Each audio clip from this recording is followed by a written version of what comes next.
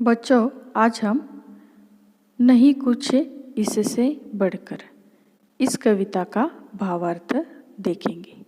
तो देखो, प्रसव वेदना सहज जननी हृदय स्वप्न निज मूर्त बनाकर। देखो, कवि कहते हैं कि जननी यानी माँ प्रसव की गहन बहुत ही गहरी पीड़ा सहकर शिशु को यानी बच्चे को जन्म देती है और वह अपने हृदय के सुंदर स्वप्न को मूर्त रूप में प्रदान करती है। मूर्त यानी जीवित। आगे देखो, स्तन्य दान दे उसे पालती, यानी अपने बच्चों को अपना दूध पिलाकर पालती है। पग पग नव शिशु पर न्योछावर नहीं प्रार्थना इससे सुंदर। पग पग यानी पल पल वह अपने शिशु की या अपने बच्चे की देखभाल करती है। उसकी बाल क्रीड़ाओं पर अपना समय वह न्योछावर करती है, उसका ख्याल रखती है। उसे जो भी अच्छा लगे वह कर देती है। तो माता के इस रूप से बढ़कर इस सृष्टि में कोई दूसरा नहीं है जिसकी प्रार्थना की जाए, ऐसा यहाँ बताया है। आगे देखो, शीत ताप में जूझ प्रकृति से बहा स्वेद भू रज कर उर्वर, यानी धरती का जो पुत्र है, यानी उसे क्या कहते हैं, किसान कहते हैं, जो पौष माघ के असहनीय शीत और जेठ के भयंकर ताप को सहता है और निसर्ग की प्रतिकूल परिस्थितियों का क्या करता है, वह सामना करता है।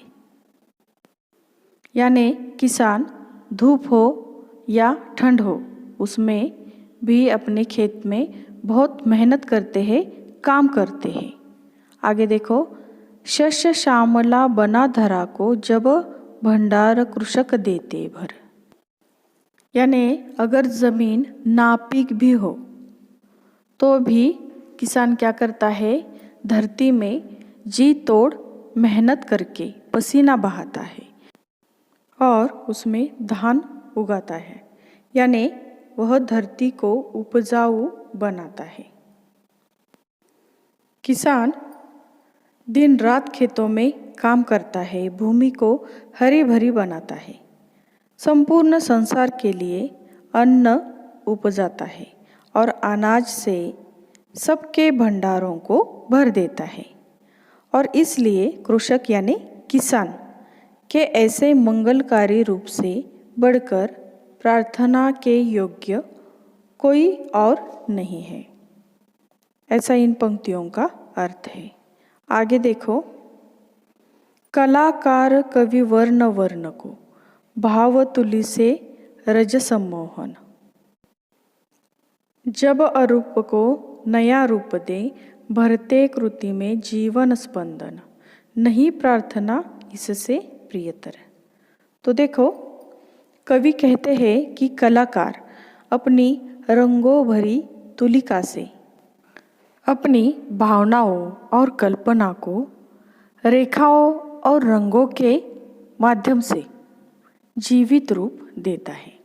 उसी प्रकार कवि वर्ण वर्ण जोड़कर अपने भावों को अभिव्यक्त देकर अरूप को नया रूप देकर मानो अपनी कृति को जीवन प्रदान करता है। इन दोनों की पूजा से अधिक प्रिय किसी और की पूजा नहीं हो सकती। आगे देखो, सत्यनिष्ठ जनभू प्रेमी जब मानव जीवन के मंगल हित कर देते उत्सर्ग प्राण निज भूरज को कर शोणित रंजित नहीं प्रार्थना इससे बढ़कर। तो देखो, ऐसी अनेक आत्माएं इस भूमि पर जन्म लेती है जो सत्य के पालन और मानव मात्र के मंगल के लिए अपने प्राणों तक का त्याग कर देती है। ये लोग अपने रक्त से भूमि को सींच देते हैं, यानी वह अपने प्राणों का बलिदान देते हैं और उनसे बढ़कर प्रार्थना के योग्य और कोई नहीं है। ऐसा इन पंक्तियों का अर्थ है। आगे देखो, चख चख जीवन मधुर रस प्रतीक्षण, विपुल मनोवैभव कर संचित, जन मधुकर अनुभूति द्रवित जब, करते भव मधु छत्र विनिर्मित, नहीं प्रार्थना इससे सुचितर। तो देखो, ईश्वर द्वारा दिए गए इस मानव जीवन के प्रत्येक क्षण को जो लोग सुख शांतिपूर्वक जीते हैं, अपने अनुभवों को संचित करते हैं, उनका संचय करते हैं।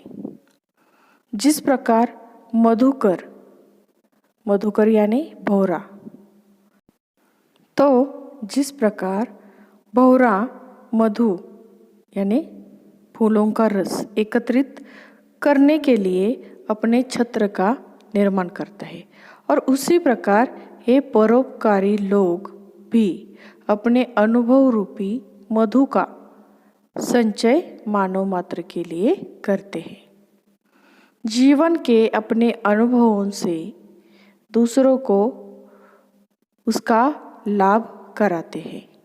उसके लिए की गई प्रार्थना से पवित्र दूसरी और कोई प्रार्थना नहीं है, ऐसा यहाँ बताया गया है। तो कविता का भावार्थ आपकी समझ में आ गया। तो अगले वीडियो में हम इस कविता का स्वाध्याय देखेंगे। Okay, thank you.